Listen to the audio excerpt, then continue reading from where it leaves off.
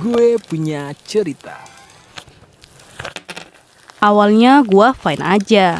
Mama gak lama hamil, papa gue dan gue happy banget. Tapi rumput tetangga emang lebih indah ya. Peringatan, animasi ini dibuat dengan tujuan sharing pengalaman pribadi sang pengirim cerita.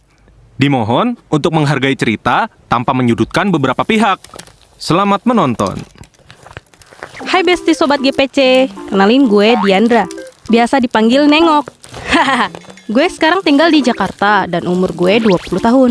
Episode GPC kali ini desah gue tentang pengalaman yang ninggalin luka di hidup gue yang ngebikin gue trauma sejak kecil. FYI, gue udah yatim sejak kecil. Bokap gue meninggal pas mama lagi mengandung gue di usia 7 bulan. Nah, makanya itu dari kecil gue hidup sama keluarga mama. Mama kerja keras buat nafkahin gue, sementara gue diasuh sama nenek, kakek, dan kadang tante-tante gue yang rumahnya deket sini. Nah, semuanya berawal pas mama gue mutusin buat nikah lagi. Waktu gue masih SD. Jadi, awalnya tante gue yang ngejodohin mama sama laki-laki ini. Awalnya gue fine aja. Malahan happy, soalnya bakal punya sosok ayah yang selama ini gak pernah ada di hidup gue.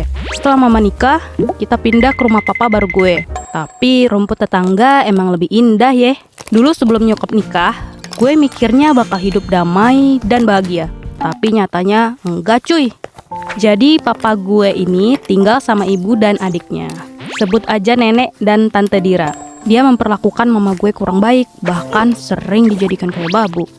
Mama gak lama hamil, papa gue dan gue happy banget. Bokap gak tahu kalau mama diperlakukan kayak gitu sama keluarganya. Dan gue pikir semua penderitaan itu berakhir. Ternyata enggak. Hari ke hari malah makin parah.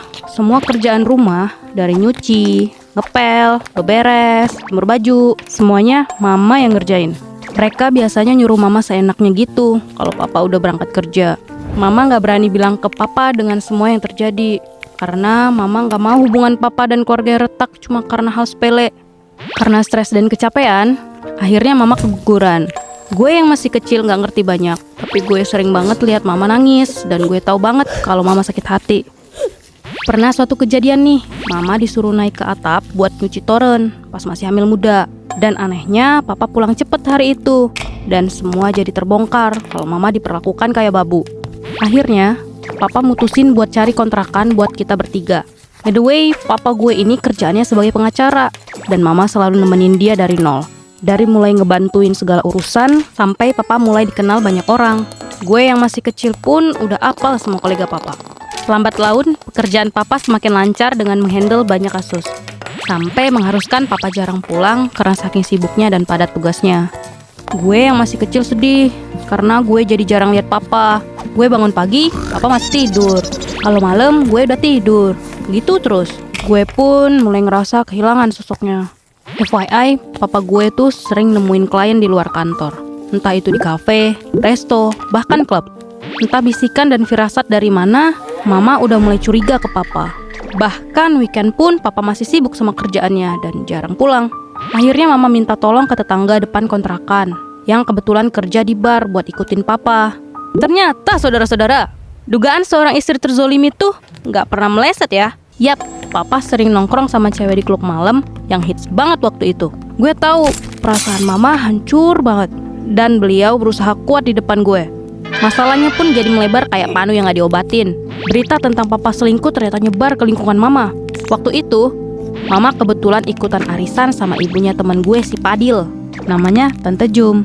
Arisan yang seharusnya mama yang dapet, tiba-tiba ditukar seenaknya sama Tante Jum. Dan berakhir cekcok, sampai-sampai dia bilang, "Makanya urusin suami lu yang bener, biar gak direbut cewek lain." Tiba-tiba si Padil bilang, "Makanya punya bapak, biar ngerasain disayang bapak." Refleks gue tampar tuh bocah dan tarik tangan mama biar pergi dari situ. Dari kejadian itu buat gue trauma banget. Beberapa hari gue gak masuk sekolah karena kejadian itu. Dan teman-teman gue tiba-tiba menjauh satu persatu. Gue baru sadar kalau mereka yang selama ini gue anggap deket lebih berpihak ke Padil. gue makin tertutup dan makin susah percaya lagi sama orang. Akhirnya, mama nggak tahan lagi dan memutuskan buat cerai sama papa. Gak lama dari perceraian ini, papa nikah lagi sama selingkuhannya itu. Kejadian ini bikin gue depresi, karena lagi-lagi harus kehilangan sosok papa. Kehilangan kepercayaan sama orang, bahkan gue pun jadi kehilangan teman-teman yang seharusnya bisa support gue di titik terendah gue. Gue belajar banyak dari semua ini. Kepercayaan dan kesetiaan itu harga mati dalam hubungan. Sekali dihancurin, gak ada jalan balik. Tapi gue sadar, papa bukan orang jahat. Dia cuma gagal jadi suami yang baik buat mama. Dia tetap sayang sama gue. Bahkan sampai sekarang masih rutin ngirimin uang bulanan. Tapi, luka batin gue ini yang ditinggalkan oleh pengkhianatan gak akan pernah bisa hilang. Hikmah yang bisa diambil adalah pentingnya kejujuran dan kesetiaan dalam hubungan. Sekali kepercayaan dihancurkan, sulit buat diperbaiki lagi. Dan pentingnya menghargai orang-orang tulus yang ada di sisi kita. Jaga selagi ada, pelihara sebelum punah.